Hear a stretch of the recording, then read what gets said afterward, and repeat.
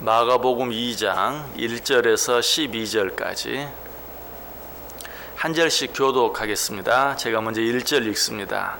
수일 후에 예수께서 다시 가버나움에 들어가시니 집에 계시다는 소문이 들린지라.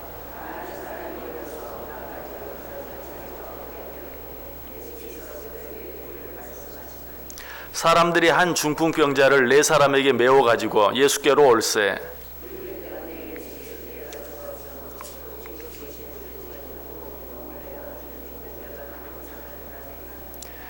예수께서 그들의 믿음을 보시고 중풍병자에게 이르시되 작은 자야 내 죄 사함을 받았느니라 하시니,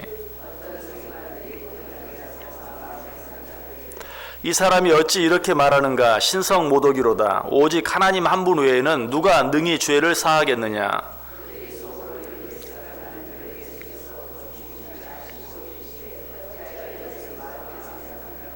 중풍병자에게 내 죄 사함을 받았느니라 하는 말과 일어나 내 상을 가지고 걸어가라 하는 말 중에서 어느 것이 쉽겠느냐?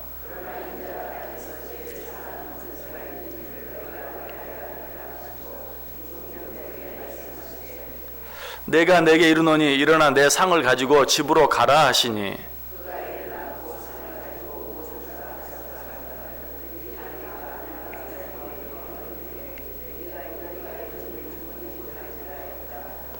아멘.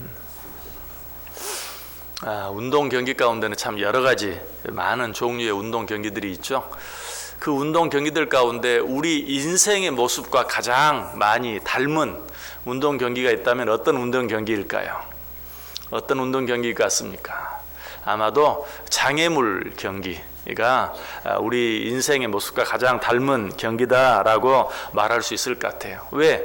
우리 인생에는 그만큼 장애물이 많이 있기 때문에 하나 건너면 또 하나, 또 하나 건너면 또 하나, 이렇게 계속해서 새로운 장애물들이 생기는 것, 이것이 우리의 인생입니다. 특별히 세상을 적당히 살려고 하면 그런 장애물이 별로 없을 수도 있어요. 그러나 믿음을 가진 사람 가운데도 특별히 정말 믿는 사람답게 살려고 하는 사람이라면 이런 장애물들을 더 많이 만날 수밖에 없어요. 요셉을 보면 그 사실을 알 수 있어요. 창세기 49장 23절에 보면 활 쏘는 자가 그를 학대하며 적개심을 가지고 그를 쏘았다. 요셉에 관한 이야기인데요. 활 쏘는 자가 그를 학대하며 적개심을 가지고 그를 쏘았다. 요셉을 쏘는 자들이 많았다라고 이야기하고 있어요. 어떤 사람은 시기의 화살을 쏘았죠. 또 어떤 사람은 미움의 화살을 쏘았어요. 또 어떤 사람은 요셉을 향해서 유혹의 화살을 쏘기도 했죠. 왜? 요셉이 믿음 안에 살기 위해서, 믿음을 버리지 아니하고 살기 위해서 애를 썼기 때문에 더 많은 그런 장애물들이 생긴 것들을 보게 돼요. 또 요셉에게는 이런 장애물뿐만 아니라 시기의 화살이라든지 미움의 화살이라든지 유혹의 화살, 이런 것뿐만 아니라 그 외에도 외국인으로서 외국에서 살아야 되는 그런 신분의 장애물도 그는 있었어요.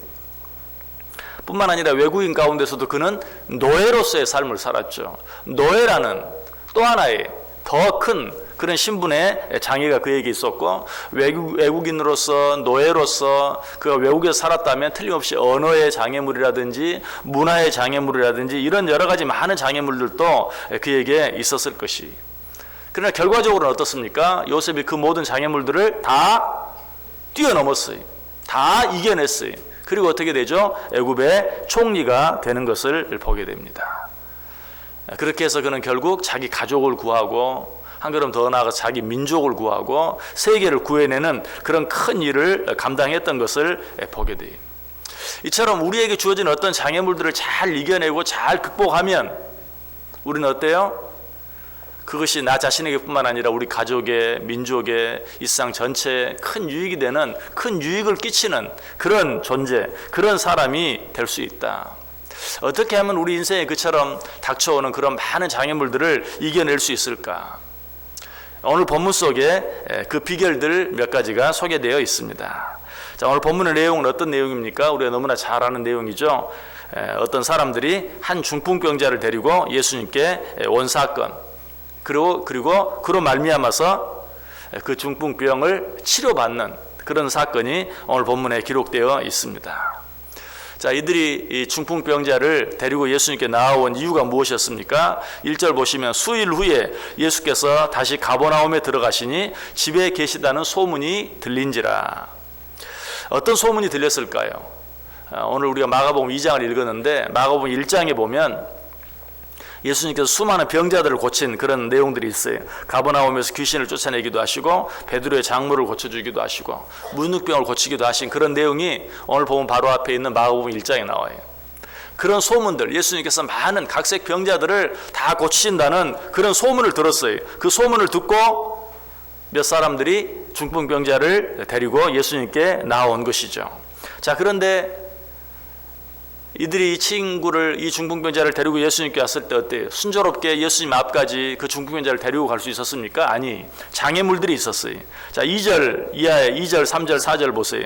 많은 사람이 모여서 문 앞까지도 들어설 자리가 없게 되었는데 예수께서 그들에게 도를 말씀하시더니 사람이 한 중풍병자를 4사람에게 메워가지고 예수께로 올세. 무리들 때문에 예수께 데려갈 수 없으므로 그 계신 곳에 지붕을 뜯어 구멍을 내고 중풍병자가 누운 상을 달아 내렸다. 어떤 장애물들이 있었습니까? 많은 사람, 무리들. 거기 4절에 그렇게 말하죠. 무리들 때문에 예수께 데려갈 수 없으므로. 이 중풍병자의 병을 치료하기 위해서 예수님께 데리고 왔는데 누구 때문에? 예수님 앞에 모인 많은 사람들, 그 무리들 때문에 그 환자를 예수님께 데리고 갈 수 없었다라고 이야기하고 있습니다. 여러분, 먼저 이 사실을 통해서 기억해야 될 것은 우리가 어떤 선한 일, 좋은 일, 특별히 하나님께서 원하시고 하나님이 기뻐하시는 일을 하는데도 반드시 장애물은 있게 마련이라는 사실이.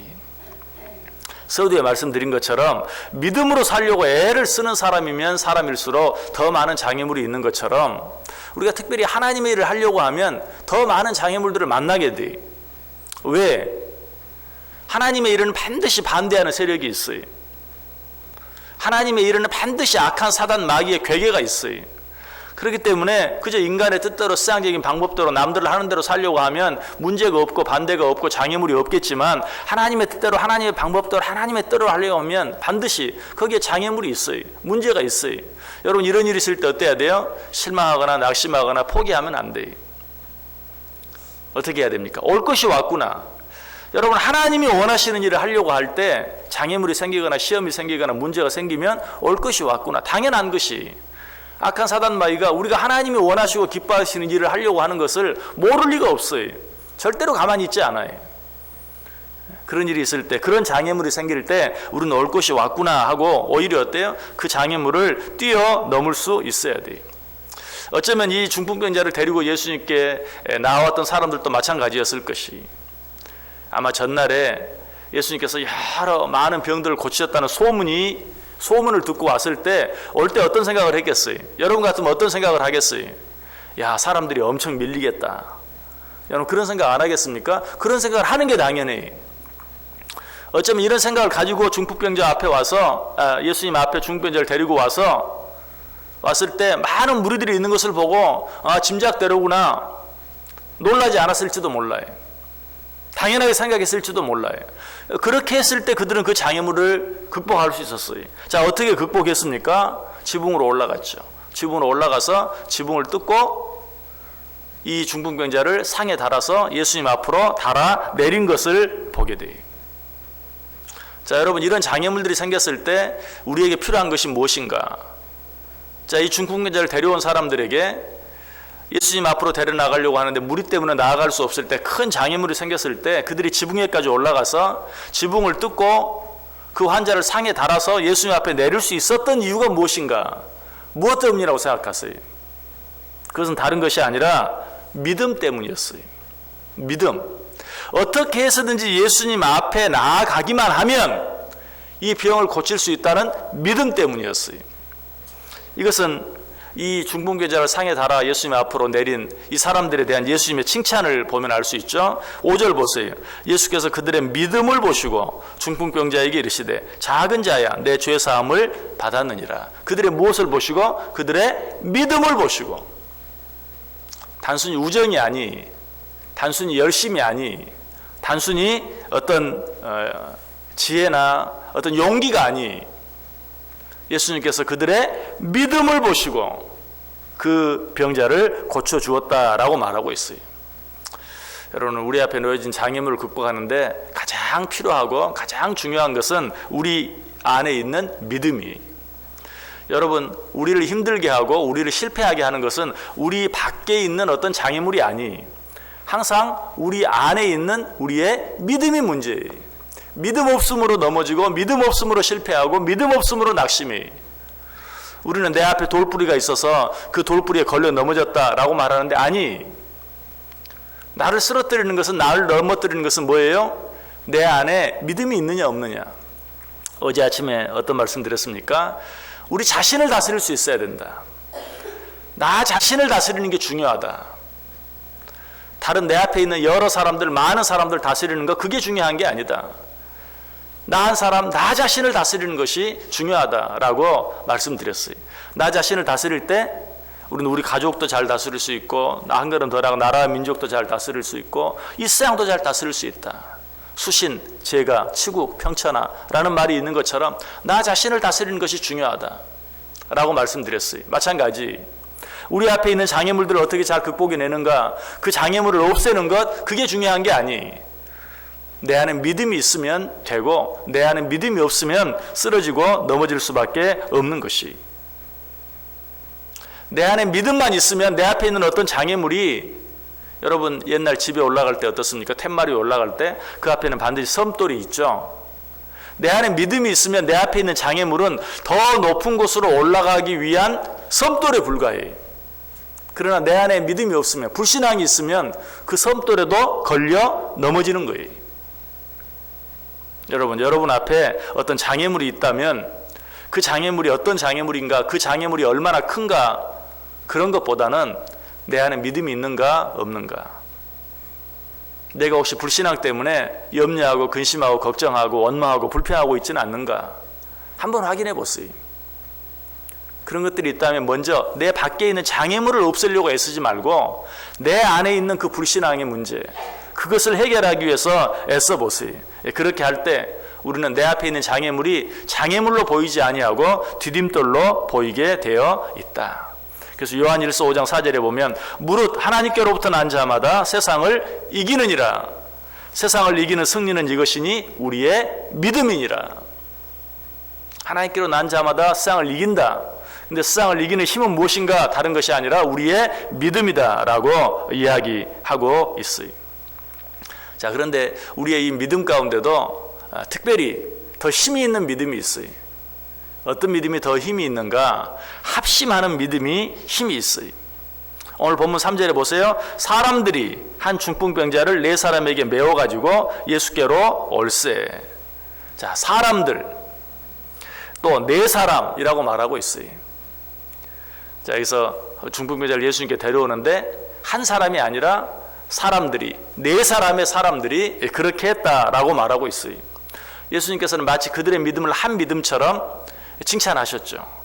여러분, 우리의 믿음이 서로 합심할 때 더 큰 힘을 낼 수 있어요. 그래서 성경이 뭐라고 말합니까? 2사람이 내 이름으로 모인 곳에는 나도 그들 중에 있느니라. 2사람이 땅에서 합심하여 무엇을 구하면 내가 들으리라. 여러분, 그래서 오늘 이 자리가 귀한 자리, 우리가 함께 모여서 함께 기도할 때 더 큰 믿음의 역사를 우리가 보게 되는 것이, 뭐 각자 다 기도하죠. 각자 기도하는 것도 중요해. 그러나 우리가 합심해서 함께 기도할 때 더 큰 일들을 이루어낼 수 있다. 초대교회 오순절 성령 강림 사건도 합심하여 여러 사람이 한자리에 모여 전혀 기도하기를 힘쓸 때 놀라운 역사가 일어나게 된 것을 보게 돼요. 다니엘과 세 친구가 합심하여 기도할 때 큰 문제를 이겨낼 수 있었어요. 에스더와 그 시녀들이 함께 금식하며 하나님께 기도하고 부르짖을 때 나라와 민족을 구원해내는 그런 역사가 일어난 것을 보게 돼요. 우리나라도 지금 큰 장애물에 걸려서 오도 가도 못하고 꼼짝 못하고 있어요. 우리가 해야 할 일은 무엇입니까? 합심하여 나라와 민족을 위해서 기도하는 일들이 필요한 것이, 전도서 4장 12절에 말합니다. 한 사람이면 패하겠거니와 2사람이면 맞설 수 있나니 세 겹줄은 쉽게 끊어지지 아니하느니라. 한 사람보다는 두 사람이, 두 사람보다는 세 사람이 더 강한 힘을 낼 수 있는 것을 우리에게 말씀해 주고 있어요. 말 한 마리가 짐을 수레를 끌면 겨우 2톤 정도의 무게를 끌 수 있다고 그래요. 말 한 마리가 끌을 수 있는 양 무게가 2톤. 그런데 말 두 마리가 함께 같은 멍에를 메고 끌면 23톤까지 거의 12배에 가까운 그런 무게를 끌어갈 수 있다고 그래요. 이것이 두세 사람이 모였을 때 힘이.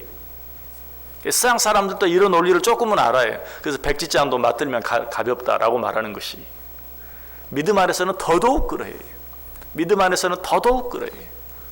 두 사람이 합심하여 무엇을 구하면 들으시고 두세 사람이 모인 곳에는 내가 그들과 함께한다. 한 사람이면 패할 수밖에 없지만 두 사람이면 이긴다. 삼겹줄은 절대로 끊어지지 아니한다라고 이야기하고 있습니다.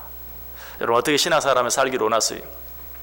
어떻게 여러분의 삶을 살기를 원하십니까? 우리의 삶은 틀림없이 장애물들을 계속해서 뛰어넘어야 하는 삶이, 특별히 여러분들이 믿음 안에 살기 위해서 애쓴다면 더더욱 많은 장애물들을 뛰어넘어야 돼요. 어떻게 그 장애물들을 뛰어넘을 수 있습니까? 믿음으로, 특별히 합심하는 믿음으로, 두 사람이 함께하여 기도함으로 이 모든 장애물들을 이겨내고 승리할 수 있어요. 세상을 이기는 믿음은, 세상을 이기는 것은 우리의 믿음이다. 믿음 가지고 이 하루도 우리 앞에 놓여진 모든 장애물들을 뛰어넘어 승리할 수 있는 저 여러분 다 될 수 있기를 주님의 이름으로 간절히 축원합니다. 기도하겠습니다.